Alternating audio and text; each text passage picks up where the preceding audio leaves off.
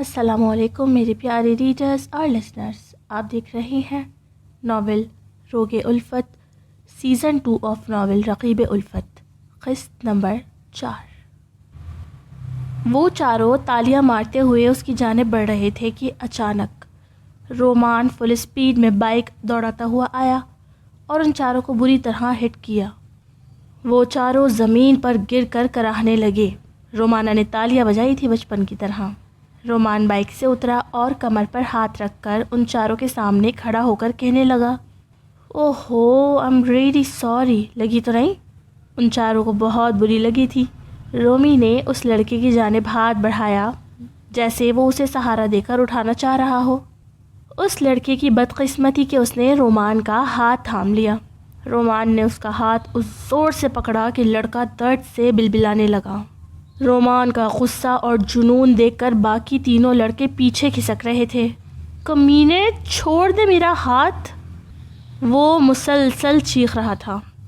آخر کار رومان نے اس کا ہاتھ اس وقت تک نہ چھوڑا جب تک اس کی 2 انگلیاں ٹوٹ گئیں۔ وہ لڑکا اپنا ایک ہاتھ دوسرے ہاتھ سے پکڑے زمین پر لوٹ رہا تھا، کرلا رہا تھا۔ ماضی نے خود کو دہرایا تھا، کردار بدل کر۔ سالوں پہلے ایسے ہی اکبر نے تھامسن کی انگلیاں توڑی تھیں کیونکہ اس نے اشما کے ساتھ بدتمیزی کی تھی۔ روما، ادھر آؤ، رومی نے اسے پکار کر اس لڑکے کے پاس بلا لیا جو زمین پر چت لیٹا تھا۔ اس نے تمہیں مارا؟ تم بھی اسے مارو، رومان نے رومانہ کو کہا۔ اپنے بدلے خود لینا سیکھو، یہ دنیا تمہیں نوچ کھائے گی اگر تم نے بدلہ لینا نہ سیکھا تو۔ رو کر ماتم کر کے بیٹھ جانا خانزادہ خاندان کا وتیرہ نہیں ہے۔ وہ نادانستہ ہی اسے ایسی چیز سکھا گیا تھا کہ جو مستقبل میں خود رومان کے لیے ہی زہر کا گھونٹ ثابت ہونے والی تھی، کیونکہ وہ جتنی رومان کی بات مانتی تھی اتنا تو خود کی بھی نہیں سنتی تھی۔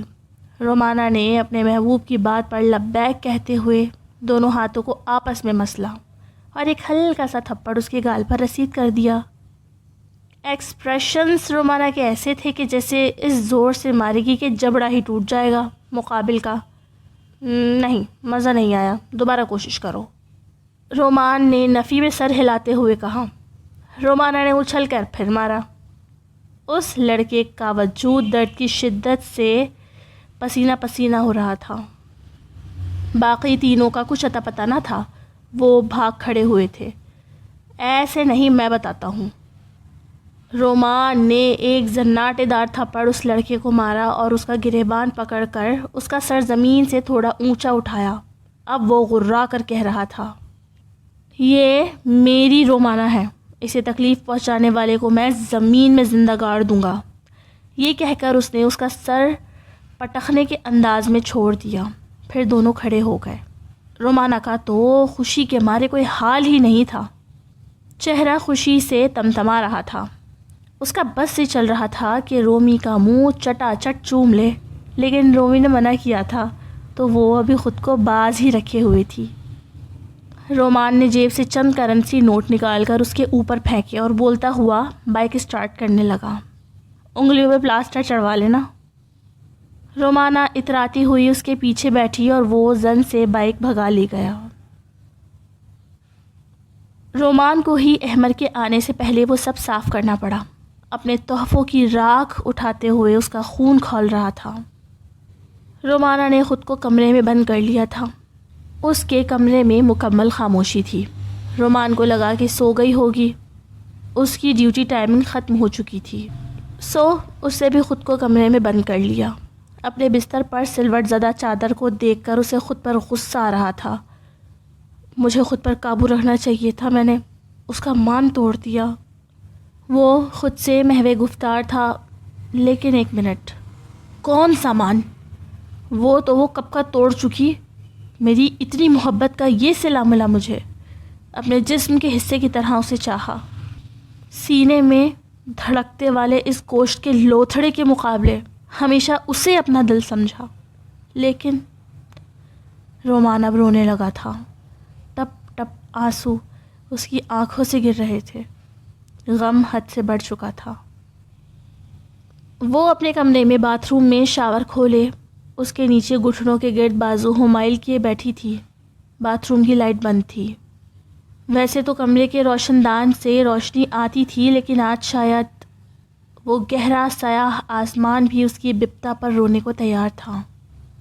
خاموشی میں پانی کے قطروں کی جھنکار نے ماحول کو مزید افسردہ بنا دیا تھا، لیکن وہ رو نہیں رہی تھی۔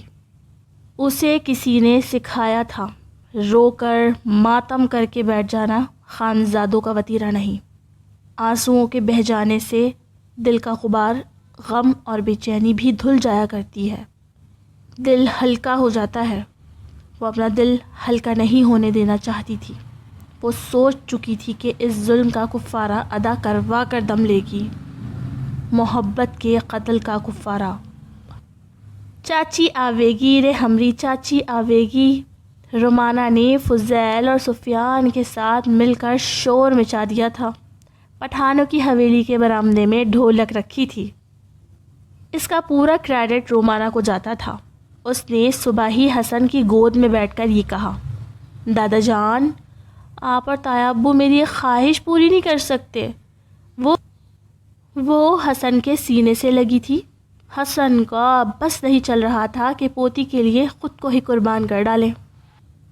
پھول جیسی شکل اور گداز ملائم آواز میں دادا کی لاڈلی ان سے کچھ بھی منوا سکتی تھی۔ ہاں میری جان، میری گڑیا، مجھے بتاؤ۔ اکبر مسکرا رہا تھا۔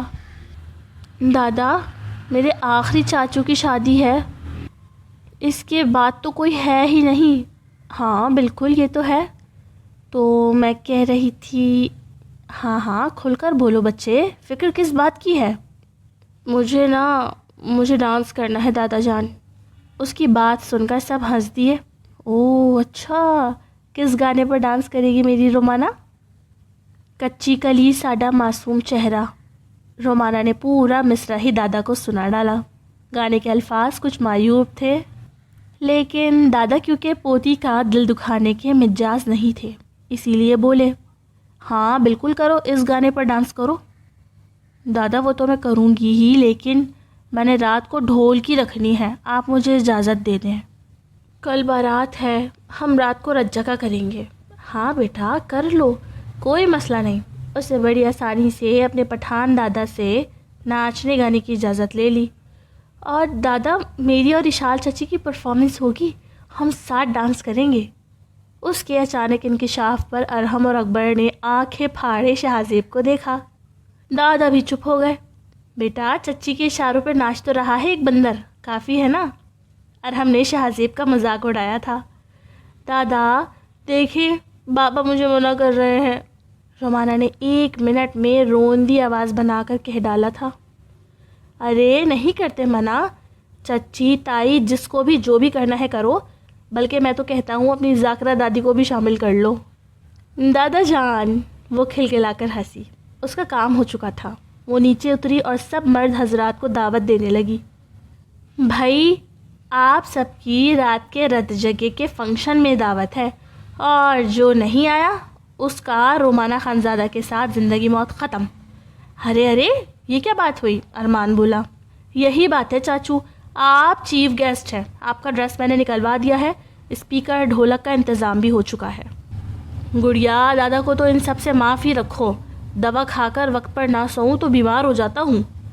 چلے ٹھیک ہے، دادا کو معافی، باقی سب کو آنا ہے، وہ کہہ کر بھاگتی ہوئی چلی گئی۔ اکبر ارحم ایک دوسرے کی شکل دیکھ رہے تھے کہ رات کو ناچ گانا کیسے دیکھیں گے۔ کچی کلی ساڈا معصوم چہرہ، نیت نورانی ساڈا دل ہے سنہرا۔ رومانہ نے سارے برآمدے کو سجوا کر باقاعدہ ڈھول کی تھیم بنا رکھی تھی۔